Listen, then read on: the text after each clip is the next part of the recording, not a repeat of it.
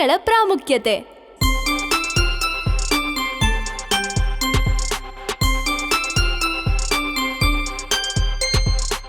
ಮರಗಳ ಪ್ರಾಮುಖ್ಯತೆಯ ಬಗ್ಗೆ ಮಕ್ಕಳು ಮತ್ತು ಸ್ಕೂಲಿನ ಗಾರ್ಡನರ್ ನಡುವಿನ ಮಾತುಕತೆ. ಹಾಯ್ ಮಿಸ್ಟರ್ ಗಾರ್ಡನರ್, ಎನ್ವಿರಾನ್ಮೆಂಟ್ ಮತ್ತೆ ಮರಗಳ ಪ್ರಾಮುಖ್ಯತೆ ಬಗ್ಗೆ ನಾವು ಶಾಲೆಯಲ್ಲಿ ಕಲಿತಿದ್ದೀವಿ. ನಾವು ಮರಗಳ ಬಗ್ಗೆ ತಿಳ್ಕೊಳ್ಳೋದಕ್ಕೆ ಮತ್ತೆ ಅವುಗಳನ್ನ ಯಾಕೆ ಬೆಳೆಸಬೇಕು ಅಂತ ಚರ್ಚೆ ಮಾಡೋಣ ಅಂತ ನಿಮ್ಮ ಹತ್ರ ಬಂದಿದ್ದೀವಿ. ಹಾಯ್ ಮಕ್ಕಳೇ, ನೀವು ಮರಗಳ ಬಗ್ಗೆ ಆಸಕ್ತಿ ತೋರಿಸಿದ್ದು ಖುಷಿ ಆಯ್ತು.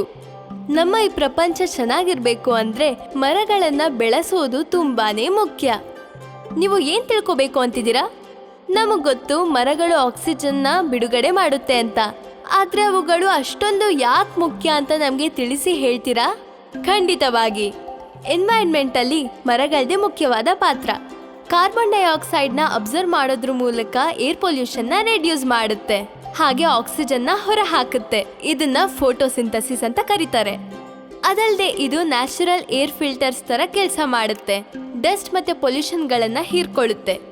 ಅದರ ಜೊತೆ ಮರಗಳು ನೆರಳನ್ನ ಕೊಡುತ್ತೆ, ಇದರಿಂದ ವಾತಾವರಣ ತಣ್ಣಗಾಗುತ್ತೆ, ಹಾಗೆ ಎನರ್ಜಿ ಕನ್ಸಂಪ್ಷನ್ನ ಕಡಿಮೆ ಮಾಡುತ್ತೆ.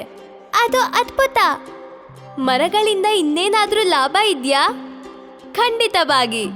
ಮರಗಳಿಂದ ಎಣ್ಸೋಕಾಗದಿರಷ್ಟು ಲಾಭಗಳಿವೆ. ಮರಗಳು ವಾಸಿಸೋಕೆ ಅಂದ್ರೆ ಪ್ರಾಣಿ, ಪಕ್ಷಿ, ಹುಳಗಳಿಗೆ ಜಾಗ ಕೊಡುತ್ತದೆ. ಬಯೋಡೈವರ್ಸಿಟಿನ ಪ್ರಮೋಟ್ ಮಾಡುತ್ತೆ. ತನ್ನ ಬೇರುಗಳಿಂದ ಮಣ್ಣನ್ನ ಹಿಡ್ಕೊಂಡು ಮರಗಳು ಸಾಯಿಲ್ ಎರೋಷನ್ನ ತಡೆ ಹಾಕುತ್ತೆ. ಮರಗಳು ವಿಂಡ್ ಬ್ರೇಕರ್ ಆಗಿ ಕೂಡ ಕೆಲಸ ಮಾಡುತ್ತೆ. ಗಾಳಿಯ ವೇಗವನ್ನು ಕಡಿಮೆ ಮಾಡಿ ಬಿರುಗಾಳಿಗಳಿಂದ ನಮ್ಮನ್ನು ಕಾಪಾಡುತ್ತೆ. ಅದು ಅಲ್ಲದೆ ವಾಟರ್ ಸೈಕಲ್ಗೆ ಇದು ತುಂಬಾ ಸಹಾಯ ಮಾಡುತ್ತೆ. ಗ್ರೌಂಡ್ ಅಲ್ಲಿರೋ ನೀರನ್ನು ಅಬ್ಸರ್ವ್ ಮಾಡಿ ಅಟ್ಮಾಸ್ಫಿಯರ್ಗೆ ತಿರ್ಗಾ ಅದು ವಾಪಸ್ ಕೊಡುತ್ತೆ. ಈ ಪ್ರೋಸೆಸ್ನ ಟ್ರಾನ್ಸ್ಪಿರೇಷನ್ ಅಂತ ಕರೀತಾರೆ. ವಾ, ಮರಗಳು ತುಂಬಾ ಮುಖ್ಯವಾದದ್ದು.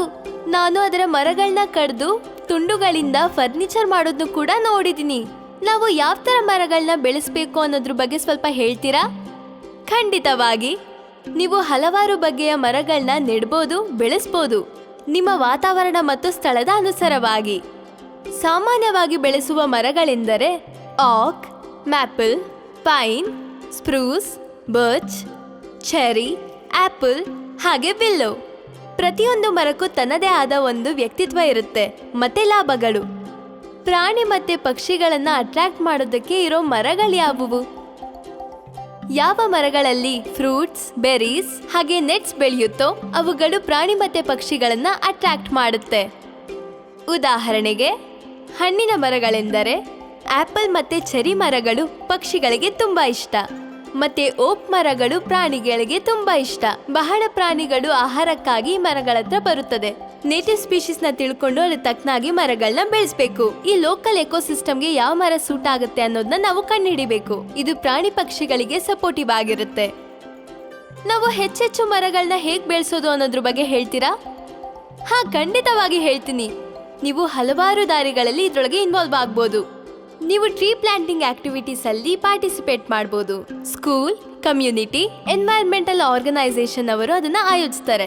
ಅದ್ರ ಜೊತೆ ನೀವು ನೇಟಿವ್ ಟ್ರೀ ಸ್ಪೀಶೀಸ್ ಬಗ್ಗೆ ತಿಳ್ಕೊಳ್ಬಹುದು, ಹಾಗೆ ಅದನ್ನ ಹೇಗೆ ಪ್ಲಾಂಟ್ ಮಾಡ್ತಾರೆ.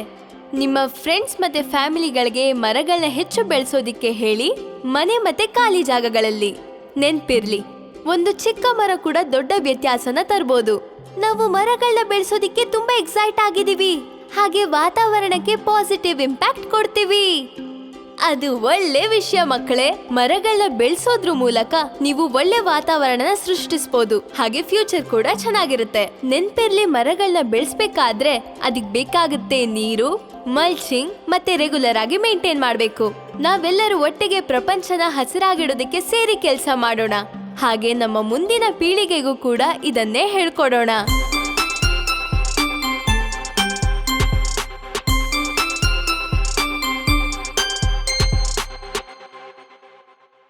ಹಲೋ ಫ್ರೆಂಡ್ಸ್, ನಿಮ್ಗೆ ಈ ವಿಡಿಯೋ ಇಷ್ಟ ಆಗಿದ್ಯಾ?